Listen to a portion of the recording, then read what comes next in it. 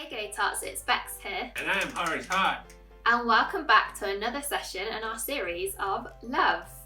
We hope you've been having a lovely week and are looking forward to the summer holidays starting. I know I'm hoping we get a little bit more of that sun back. I hope we get the sun back again too. I can't wait till I can go and play football with my friends again. Oh yeah, that'll be fun. Yeah, and I can show off my new Man United shirt. My dad got it for me for my birthday. It's signed by Bruno Fernandes and everything. That's cool. Yeah, it's way better than all my friends' shirt. Some of them don't even have this year's one. They've got hand-me-downs. Clearly my parents are way better at giving gifts than theirs. And I can't wait to rub their faces in it. That's not very nice. Why not? It's true. Well, it might be true that you've got a nicer shirt, but that doesn't mean their parents don't give them nice gifts. And it definitely doesn't mean that you need to flaunt yours in front of them to try and make them upset. I don't get it. Aren't I supposed to be able to share good things in my life with my friends so they can be happy for me? I practiced being happy for my friends for the good things in their lives last week. But what you're talking about isn't showing something to your friends so they can be happy for you. It's boasting, and that's not very nice. I like to show off what I've got. It makes me feel good. How will people know to be happy for me or feel inspired by me if I don't tell them they should be? This is where there's a difference between sharing good things with your friends and boasting about it.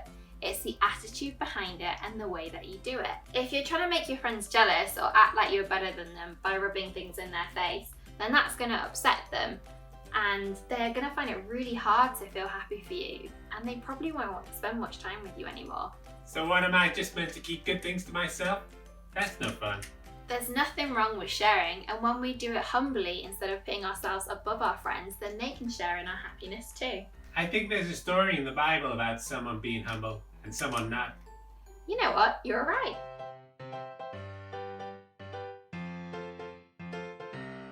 This is the parable of the Pharisee and the tax collector. Jesus was talking to his disciples and teaching them why they shouldn't have confidence in their own righteousness or look down on anyone else. He said, 2 men went to the temple to pray, one a Pharisee and the other a tax collector. The Pharisee stood by himself and prayed loudly, God, I thank you that I'm not like other people, robbers, evildoers, adulterers, or even like this tax collector over there. I fast twice a week and I give a tenth of all I get. But the tax collector was at a distance. He didn't even look up to heaven, but bent his knee and said, God, have mercy on me, for I am a sinner. I tell you that this man, rather than the other, went home justified before God. For all those who exalt themselves will be humbled, and those who humble themselves will be exalted, explained Jesus. So Jesus was a lot happier with the man who prayed quietly than the man who loudly told everyone all the good things he had done. Yes, God knew that the man praying quietly only cared about God's acceptance, but he also knew that the man praying loudly just cared about what everyone else thought of him. He wanted everyone to see him as righteous, even if that meant putting other people down. And that's not very kind, and as we learnt last week, love is kind. So the opposite of boasting is being humble? Yes, we should walk in humility. I bet you have a craft to remind us of that.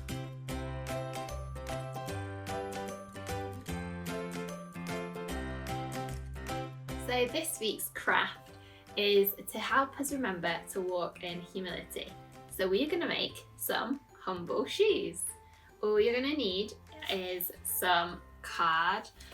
Card might be a bit better than paper because it's a bit sturdier, but then some paper as well. You'll need some scissors. You'll either need children's scissors or you'll need an adult to help you. Some tape, or you could use a stapler if you've got one. And then some pens to decorate it with. So first of all, get your card, and you might be better off doing this on the floor if you've got a nice wooden floor or a flat surface on the floor, but so that I can show you, I'm going to have to put my foot on the table. So the first thing you're going to need to do is draw around your foot.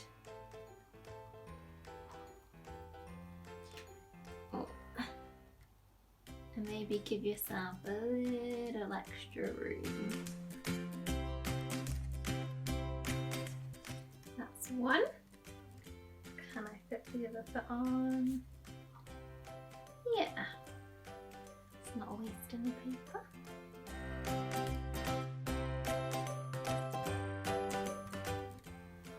That's 2. It gets a little wobbly at the end, but that's alright. So we have our 2 feet. Okay, and then what we're going to do is we are going to write on it, write onto one of them, walk, and on the other one, humbly.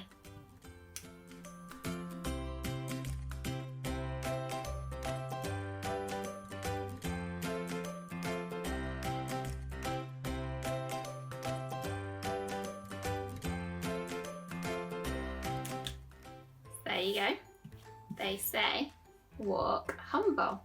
And now you just need to decorate it.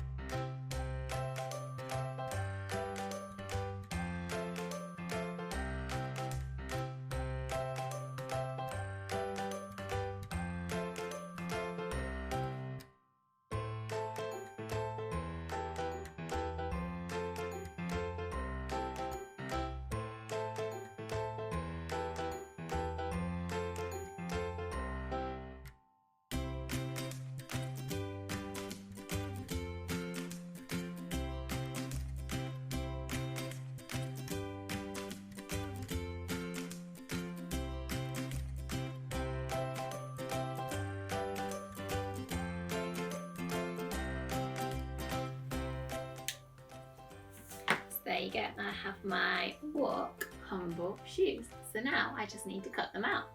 I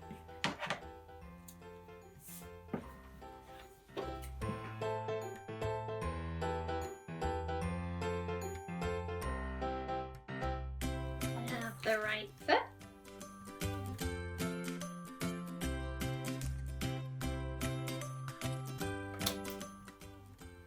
And the left foot. Okay. So,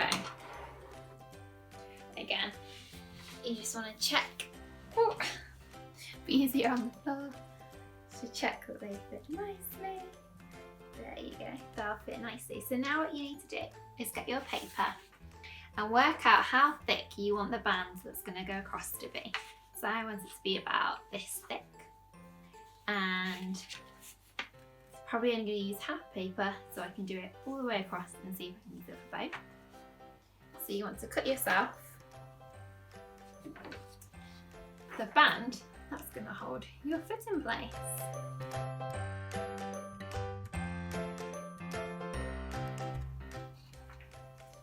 So if you put it under, hold it under, put it across.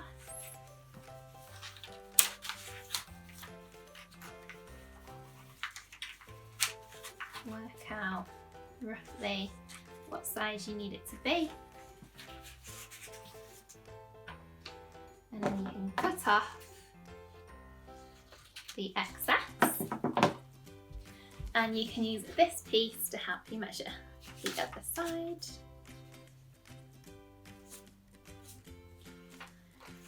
So that you have 2 even pieces.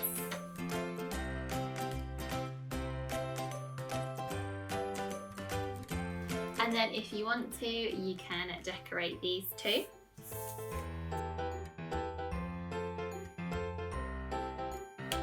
And this part will be a bit tricky, so you will need an adult to help you. So the easiest thing to do is to take one side down first. So work out where you want it to go.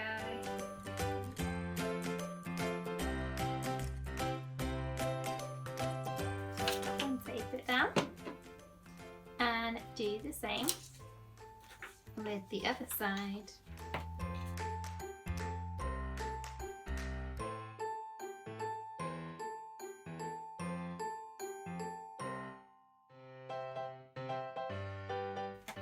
And there you go. We have our walk humble shoes. So see if you can walk in them. This week, let's remember to be humble. There's lots of ways that we can spread God's love by walking in humility. We can help our siblings tidy their bedrooms.